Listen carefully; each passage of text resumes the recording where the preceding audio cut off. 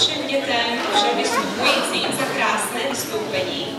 Chtěla bych se omluvit za to, za jednu věc, kterou mi nemůžeme ovlivnit, a to je, že tento sál je bohužel malý, ale zase o to se tady cítíme útulněji, když vás vidíme, v jakém počtu jste přišli. Teďka se uvolní i ve výčepu místa, my tady přidáme stoly, tak já věřím, že se tady krásně vměstnáme, nachystá se nám tady dechová hudba. Takže věřím, že budeme mít krásnou zábavu. Chtěla bych poděkovat souboru Čerešně a Spůjezce.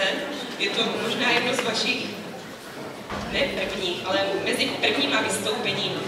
A ono je to 5 roků, co toto bylo úplně první vystoupení tady cymbálové muziky Rozmarín.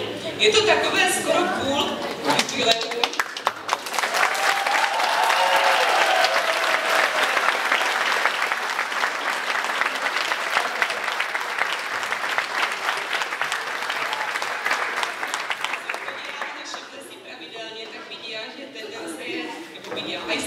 Zlepšovací, kluci nám rostou do krásy a tady se to krásně poslouchá. No a my jsme si vás chtěli pojistit na další rok, tak tady pro vás máme poukaz na 6. hopsácký ples.